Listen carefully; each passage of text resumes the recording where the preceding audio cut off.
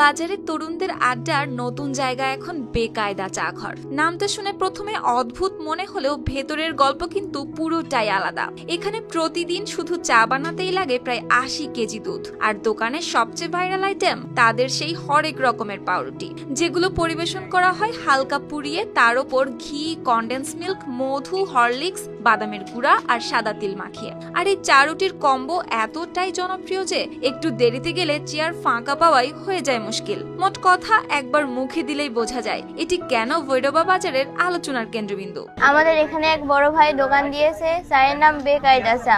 চাটা অনেক মজা, এখানে দূর দূরান্ত থেকে অনেক মানুষ আসে। দিন ধরে টিকটকে ওনাদের অনেক ভিডিও দেখতেছিলাম, রিভিউ দেখতেছিলাম, পরে ওইটা দেখে আমি আসছি, তো চা টেস্ট করলাম, চায়ের টেস্টটা অনেক ভালো।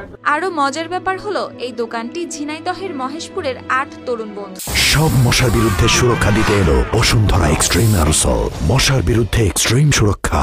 তাদের নিজেদের আড্ডা আর মজার মুহূর্তগুলো থেকেই বেকায়দা চা ঘর নামটির উৎপত্তি। তাদের সেই পরিচিত বাক্য দুনিয়া পৃথিবী বাবা বেকায়দা এখন দোকানের অঘোষিত স্লোগানের মতোই ছড়িয়ে পড়েছে চারপাশে। সব থেকে একটা মজার বিষয় হয়েছে কি, এখানে চায়ের নাম যেমন বেকায়দা, আমরা রাস্তাতে আসছি বেকায়দা রাস্তা, মানে এমন একটা রাস্তা যে সেই রাস্তাটা বেকায়দা হয়ে গেছে।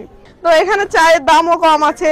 মাত্র ১৫,০০০ টাকা দিয়ে শুরু করা এই ছোট্ট চায়ের দোকানে এখন দিনে বিক্রি হয় ১৩ থেকে ১৫,০০০ টাকার চা। প্রতিদিন প্রায় ১২০০ মানুষ ভিড় জমায় শুধু ধোঁয়া ওঠা চা আর সেই স্পেশাল রুটির স্বাদ নিতে। করতে হয়েছে প্রথমত আমি আমার প্রচেষ্টায় যতটুকু পেরেছি আমি সামনে এগোনোর চেষ্টা করেছি। এর মধ্যে আমার ৮ জন আমার সহযোদ্ধা আছে, যাদের সহযোগিতা আমার পিছনে সবচাইতে বেশি, যারা প্র্যাকটিক্যালি আমার সাথে থেকে কাজ করেছে।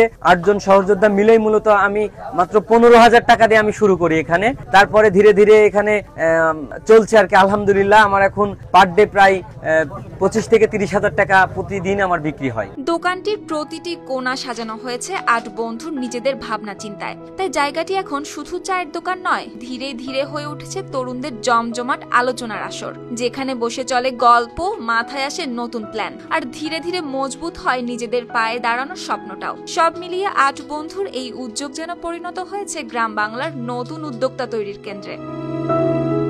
News desk, RTV।